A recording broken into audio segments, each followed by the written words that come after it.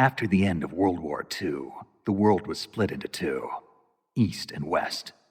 This marked the beginning of the era called the Cold War.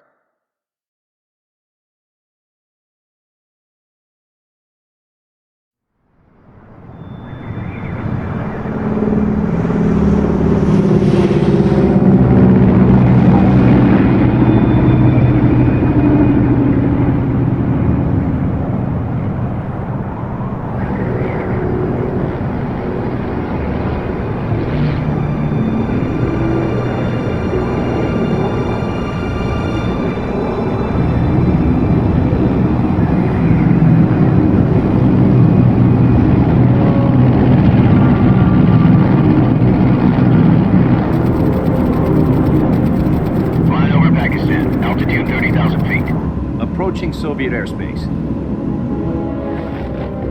20 minutes to drop off. Commencing internal depressurization. Equipment check. Arm main parachute. All right. You ready to go? Drop zone still showing a high pressure mass. Cav okay. Good. We've got high visibility.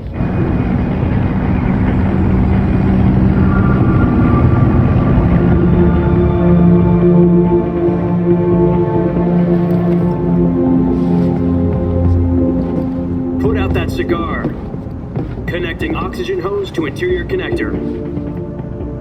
Put on your mask.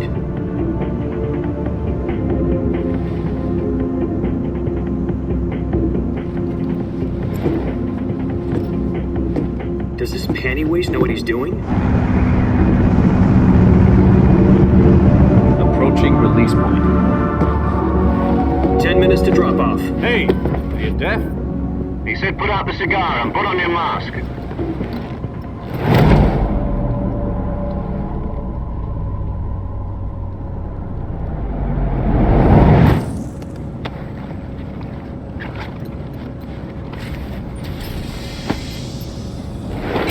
Depressurization complete. Checking oxygen supply. 6 minutes to drop off. Opening rear hatch.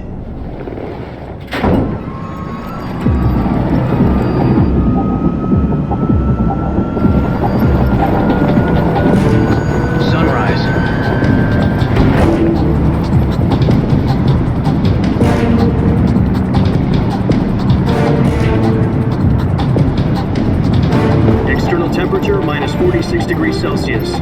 2 minutes to drop off. Stand up. You'll be falling at 130 miles per hour. Try not to get frostbite from the wind chill. 1 minute to drop off. Move to the rear. Activate bailout bottle. This is one for the history books. The world's first halo jump. 10 seconds to drop off. Stand by. Status okay, all green. Prepare for drop-off. Countdown. 5, 4, 3, 2, 1. Spread your wings and fly. God be with you.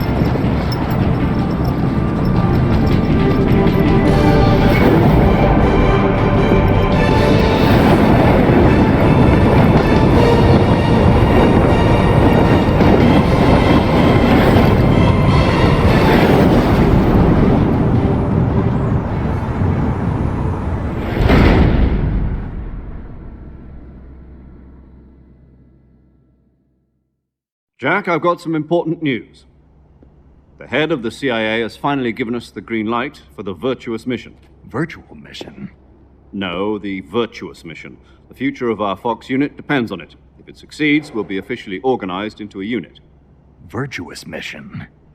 Sounds like some kind of initiation ritual. Don't get cocky. This isn't a training op. Right. So what exactly is this wonderful mission?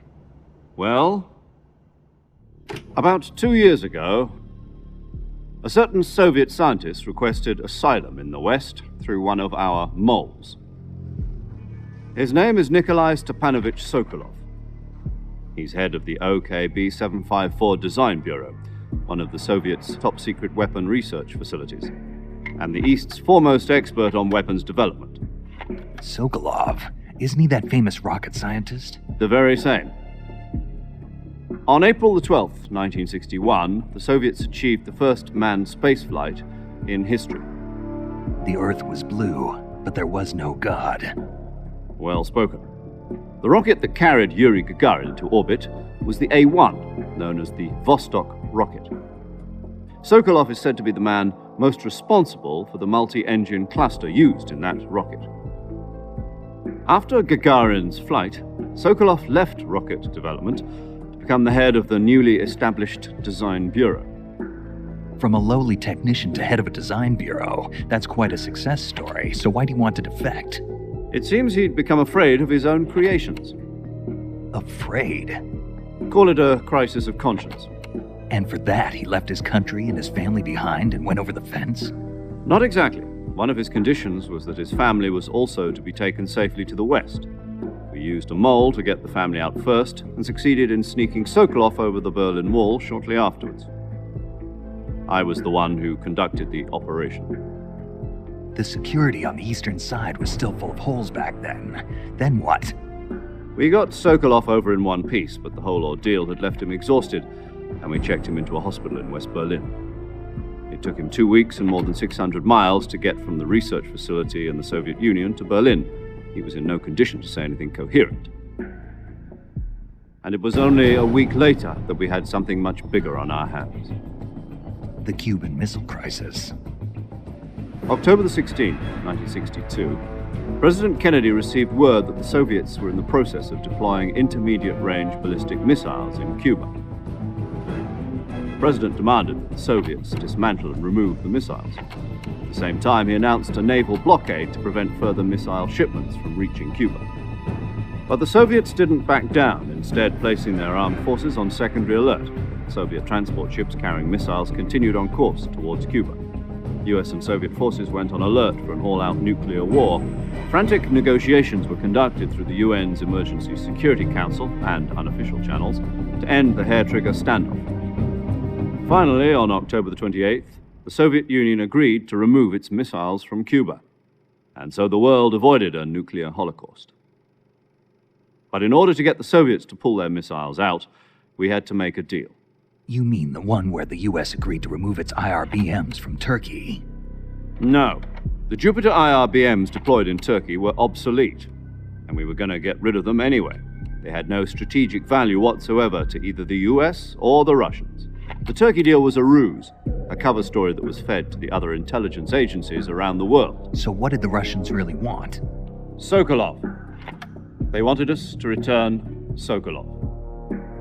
You mean the Soviets pulled out of Cuba just to get their hands on Sokolov? That's right. What the hell was he working on? At the time, we had no idea. We were running out of time. It was either give up Sokolov or risk full-scale nuclear war. In the end, we had no choice. President Kennedy gave in to Khrushchev's demand. The next day, I got Sokolov out of the hospital, handing him over to agents on the eastern side. Sokolov kept on screaming, "Save me," until he disappeared from my sight. Then a month ago, we received some new information from one of our moles. About Sokolov? Yes. He was taken back to the research facility and forced to continue working on the weapon in question under KGB supervision. What's more, it's on the verge of completion. So what kind of weapon is it? Something to do with space rockets? No, missiles.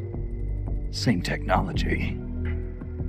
I guess you're right. We don't know the details, but it appears to be a new kind of nuclear device. For half a year now, the Soviets have been conducting frequent nuclear tests at Semipalatinsk. Something to do with the weapon, I assume. We're talking about a secret weapon so big that Khrushchev was ready to pull out of Cuba to get it back. Is Sokolov still in the facility? No. According to our intelligence, he's in Selinoyarsk, a place in the mountains about 3 miles to the west that's known as the Virgin Cliffs. The Virgin Cliffs. Nice name for a virtuous mission. They moved him there just recently. Why? Apparently, they're conducting a field test of the weapon, but it's our best chance to get him back.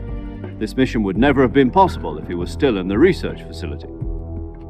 This is our last chance. Sokolov must have known that too when he contacted us.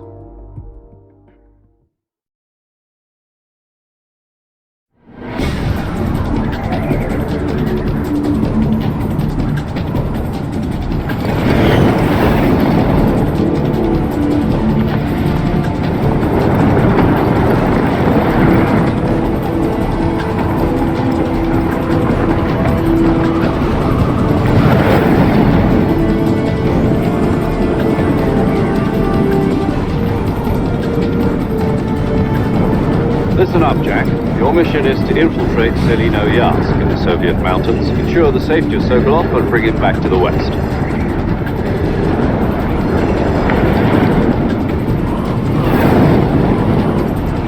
If we don't get Sokolov back before that weapon is complete, we'll be facing a major crisis. The clock is ticking.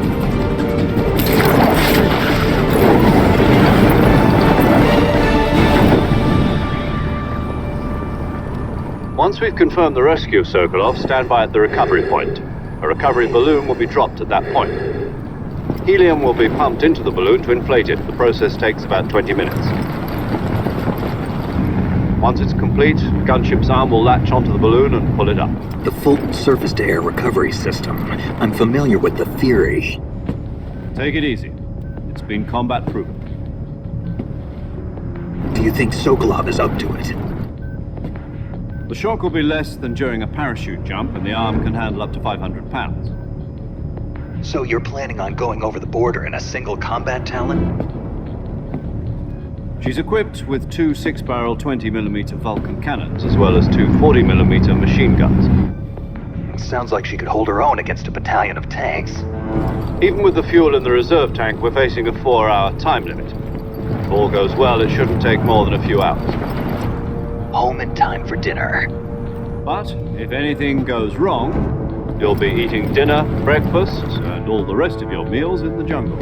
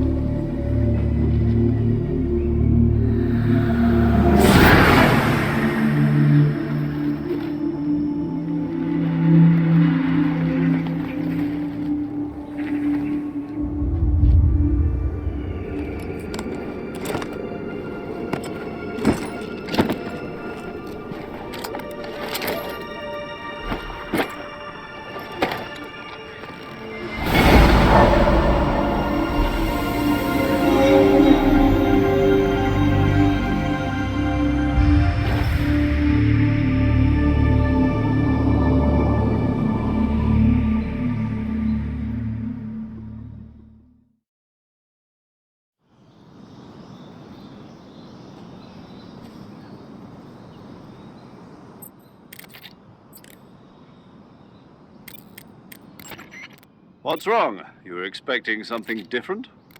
Now, go and find Sokolov and get him out of there.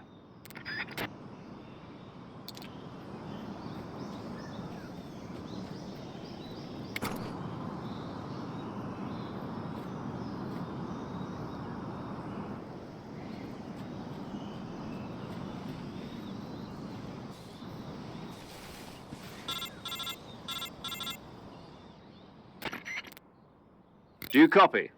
You're already in enemy territory, and somebody might be listening in. From here on out, we'll be using code names to refer to each other. Your code name for this mission will be Naked Snake. I'll be referring to you as Snake from now on. You're not to mention your real name. Snake? Oh, you don't like snakes? What do you mean? Well, you've eaten one before, haven't you? In survival training. I'm glad to hear that. I don't know if I'd ever order one in a restaurant, but... Be careful, you might not have a choice. What about you, Major?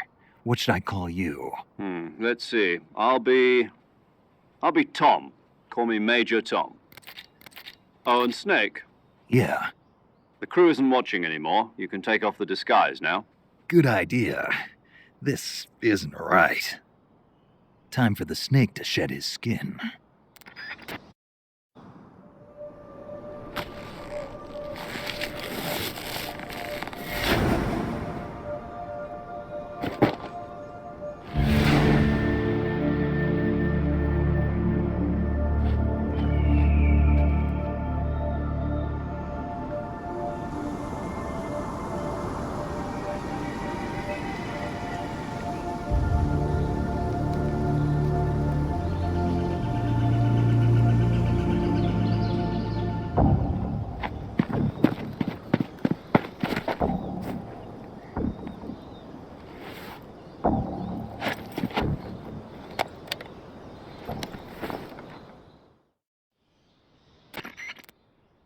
Can you hear me, Major Tom?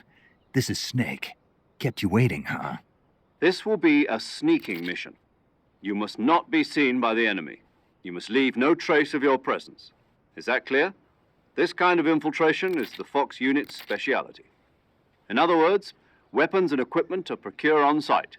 That goes for food as well. You're completely naked, just as your name implies. Great. Now I see why you asked me if I like snakes.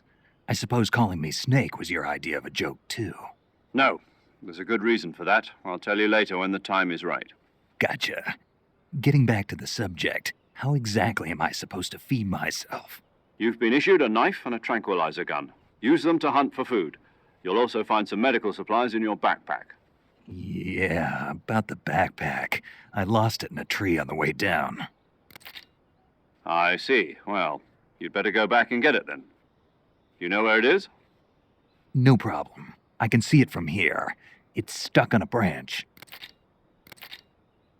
To climb a tree, stand in front of a tree that's covered in ivy and press the action button. I'll be monitoring your progress over the radio. We can't risk violating Soviet airspace, but I'll be in the gunship. My frequency is 140.85. I'll give you a call if I need to talk to you. If you need to talk to me, use the send function. Okay, Snake, go get your backpack.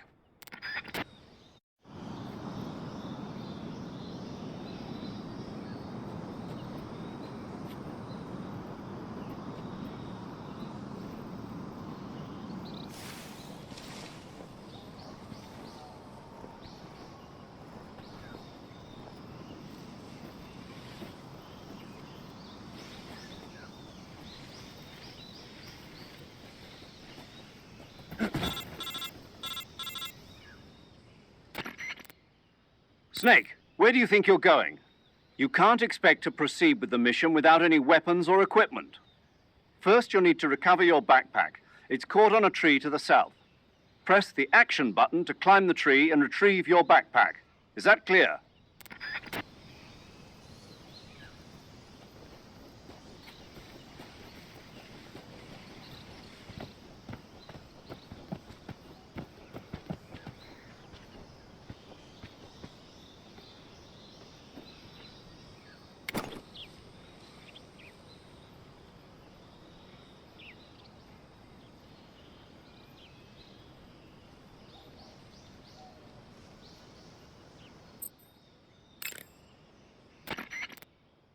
Snake, did you climb that tree?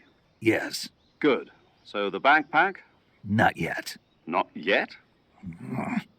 Don't tell me you went up the tree just to take in the view. Well, I must admit that's not a bad idea. Climbing a tree does give you a wider range of view. You can use it for scouting. But what you need to do now is retrieve your backpack. Understood? Yeah. The backpack is on the branch pointing east on that tree, right? Walk along the branch and get it. Be careful not to fall. You should be able to grab your backpack if you hang from the branch by pressing the action button.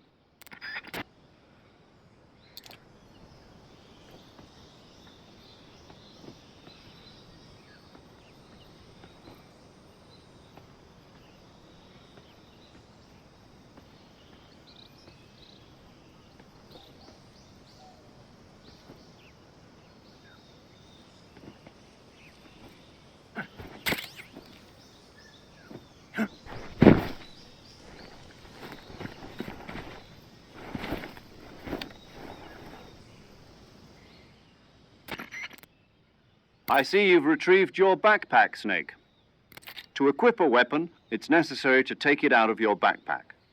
In the survival viewer, choose Weapon from the backpack. Your available weapons will be displayed in a list on the screen. From that list, choose the weapon you want to equip and press the Enter button. For other equipped items, just do the same thing from Item. Got it. Use the survival viewer backpack. Yep, that's right. Survival is fundamental to this mission. After you've been out in the field for a while, your stamina will start to drop. If your stamina gets too low, it'll affect your performance. You won't be able to shoot accurately, for example, and your wounds won't heal as smoothly. Keep an eye on your stamina so you don't run out.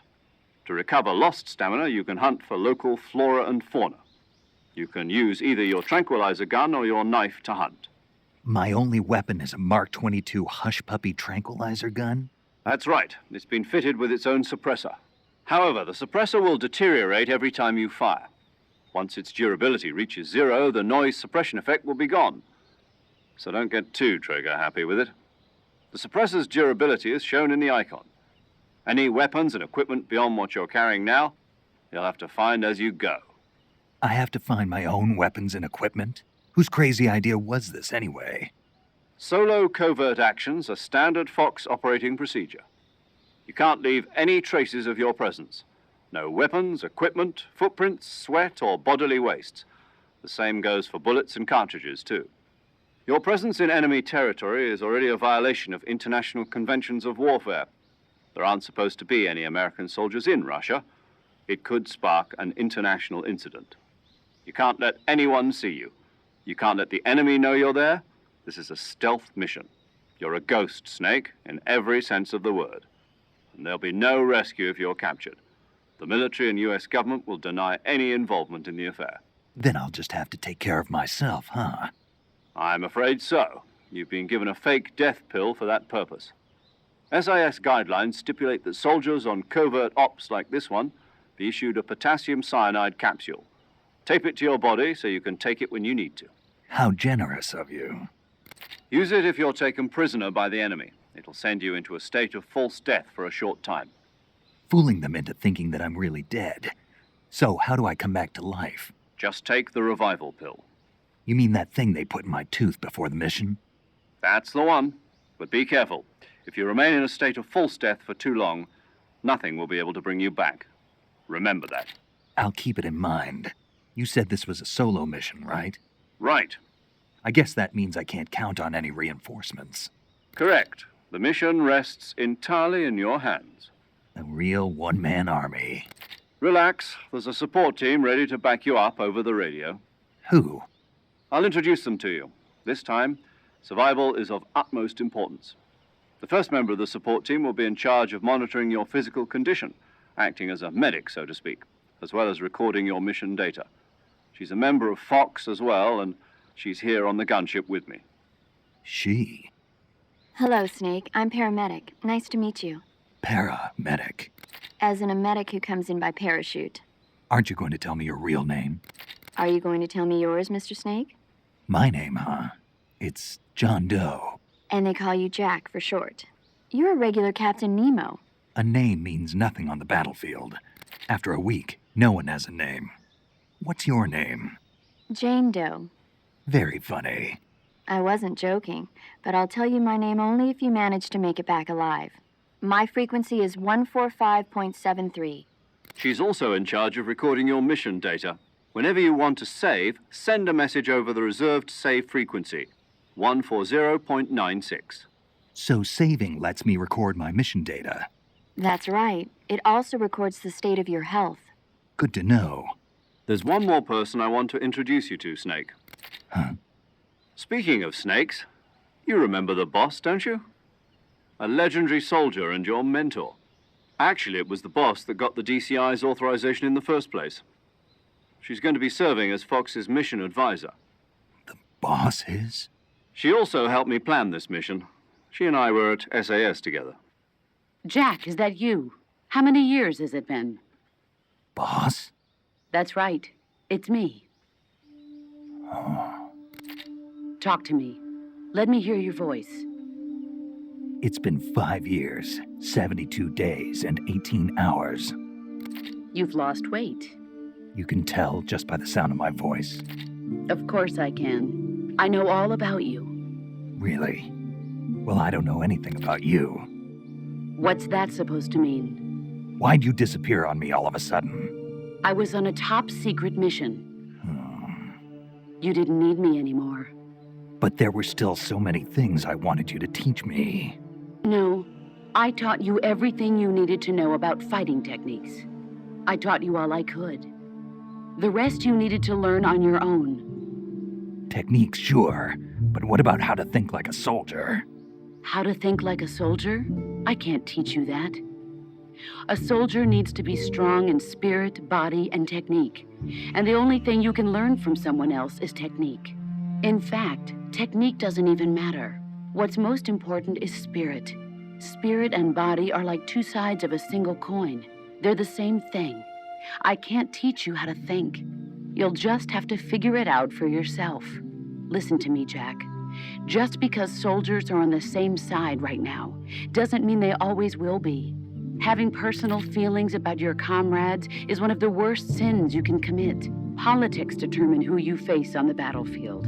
And politics are a living thing. They change along with the times. Yesterday's good might be tomorrow's evil. Is that why you abandoned me? No, it had nothing to do with you. I already told you, Jack. I was on a top-secret mission. A soldier has to follow whatever orders he's given. It's not his place to question why. But you're looking for a reason to fight. You're a natural-born fighter, but you're not quite a soldier. A soldier is a political tool, nothing more. That's doubly true if he's a career soldier. Right and wrong have no place in his mission. He has no enemies and no friends. Only the mission. You follow the orders you're given. That's what being a soldier is. I do whatever I have to get the job done. I don't think about politics. That's not the same thing. Sooner or later, your conscience is going to bother you. In the end, you have to choose whether you're going to live as a soldier or just another man with a gun. There's a saying in the Orient, loyalty to the end. Do you know what it means? Being patriotic. It means devoting yourself to your country. I follow the president and the top brass. I'm ready to die for them if necessary. The president and the top brass won't be there forever. Once their terms are up, others will take their place. I follow the will of the leader, no matter who's in charge. People aren't the ones who dictate the missions. Then who does? The times. People's values change over time, and so do the leaders of a country. So there's no such thing as an enemy in absolute terms. The enemies we fight are only enemies in relative terms, constantly changing with the times. As long as we have loyalty to the end, there's no point in believing in anything, even in those we love. And that's the way a soldier's supposed to think? The only thing we can believe in with absolute certainty is the mission, Jack. All right, but do me a favor. What is it? Call me Snake. Snake. Oh, right. Your code name is Snake. It suits you well. That's right. The legendary unit that the boss put together during World War II was a snake. The Cobra unit, a group of heroes that brought the war to an end and saved the world. As long as you've got a legendary hero backing you up, you'll be fine. Isn't that right, Snake? Yeah, I can't think of anyone else I'd rather have with me. Oh, and one more thing, boss. Yes? It's good to hear your voice again. Same here. After all, who knows if either of us will make it out alive? Snake, you were always best at urban warfare and infiltrating buildings. But this is the jungle. Survival is going to be key. Those CQC techniques I taught you are sure to come in handy. CQC? Close quarters combat, huh? I've been in the Green Berets for the past few years. I'm probably pretty rusty. Not to worry. I'll be here to help you remember. After all, this is your first actual survival mission. I'll be supporting you over the radio. Where are you, boss? Next to the Major? The boss is communicating with us by radio from aboard a Permit-class submarine in the Arctic Ocean. My frequency is 141.80. Call me if you need my advice on battle techniques. Gotcha. Your mission is to retrieve Dr. Sokolov. Dr. Sokolov is being held in an abandoned factory located to the north of your current position. Avoid heavy combat and don't let anyone see you. Don't forget that this is a stealth mission. Snake, try to remember some of the basics of CQC.